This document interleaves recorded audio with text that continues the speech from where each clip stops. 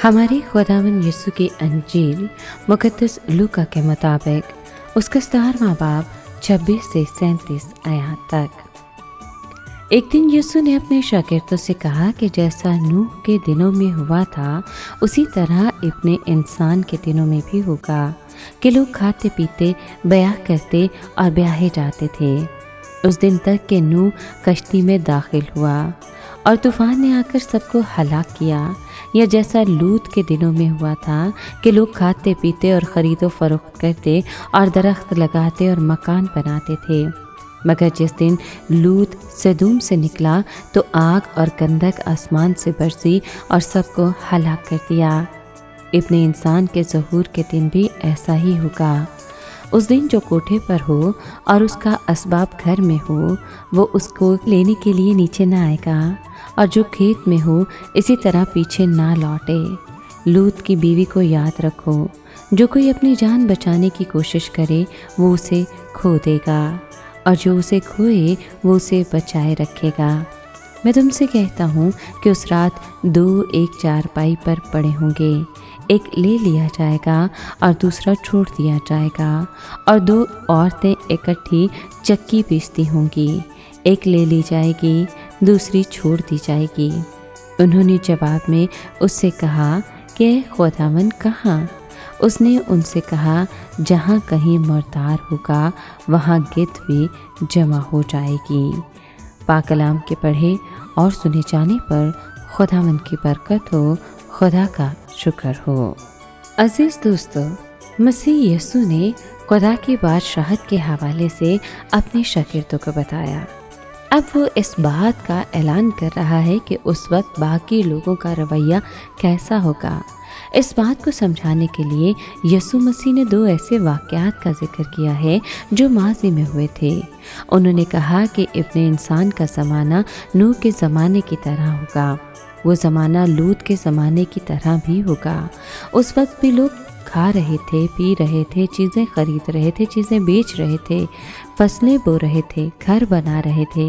लेकिन जिस दिन लूत सदूम से निकले, आसमान से आग और गंधक की बारिश हुई और वो सब मर गए।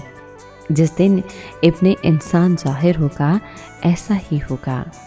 मसीह यीशु ये नहीं कह रहे थे कि नूह और लूत के ज़माने के लोग इसलिए हलाक हुए क्योंकि वो खाने पीने, ख़रीदो फरोख्त करने, खेती बाड़ी करने और तामीराती कामों में मसरूफ़ थे। मसीह यीशु ये नहीं कह रहे थे कि नूह और लूत के ज़माने के लोग इसलिए हलाक हुए क्योंकि वो खाने पीने, ख़रीदो फरोख्त करने, खेती बाड़ी करने और तामीराती कामों में मसरूफ़ थे। बिलाशुबा नूह और लूत ने भी ऐसे रोज़मर्रा के काम किए होंगे।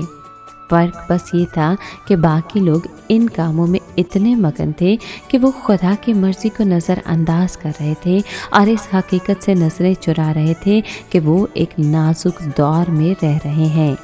लिहाजा मसीह यीशु अपने शागिर्दों को ताकीद कर रहा है कि उनका ध्यान खुदा की मर्ज़ी को जानने और इसे बचा लाने में लगा रहना चाहिए। उन्होंने ज़ाहिर किया कि ऐसा करने से शागिर्द उस वक्त अपनी जान बचा लेंगे जब खुदा बुरे लोगों को तबाह करेगा। मसीह यीशु के पैरोकारों को खबरदार रहना चाहिए, उनका ध्यान दुनियावी चीज़ों की वजह से बट ना जाए। इस सिलसिले में मसीह यीशु ने कहा कि उस दिन जो शख्स छत पर हो और जिसकी चीज़ें घर में हो वो अपनी चीज़ें लेने के लिए नीचे ना आए। इसी तरह जो शख्स खेत में हो वो हरगिज़ वापस ना लौटे। याद रखें कि लूत की बीवी के साथ क्या हुआ था। वो नमक का सुतून बन गई थी। जब इब्ने इंसान बादशाह के तौर पर हुक्मरानी करेगा तो और क्या कुछ होगा। मसीह यीशु ने कहा कि उस रात दो लोग चारपाई पर लेटे होंगे, एक को साथ लिया जाएगा लेकिन दूसरे को छोड़ दिया जाएगा। इसका मतलब है कि कुछ लोग निजात हासिल करेंगे जबकि दूसरों को छोड़ दिया जाएगा, यानी वो हलाक हो जाएंगे। इस पर शागिर्दों ने यीशु से पूछा कि मालिक ये कहाँ होगा। उन्होंने जवाब दिया कि जहाँ लाश है वहाँ औकाब भी जमा होंगे। जिस तरह औकाब दूर तक देख सकते हैं इसी तरह कुछ लोग दूर अंदेश होंगे। ये लोग हकीकी मसीह यानी इब्ने इंसान को पहचान लेंगे और उसके पास जमा हो जाएंगे। उस वक्त यीशु मसीह अपने वफादार पैरोकारों को रूहानी खुराक मुहैया करेगा ताकि उनकी ज़िंदगी बच सके।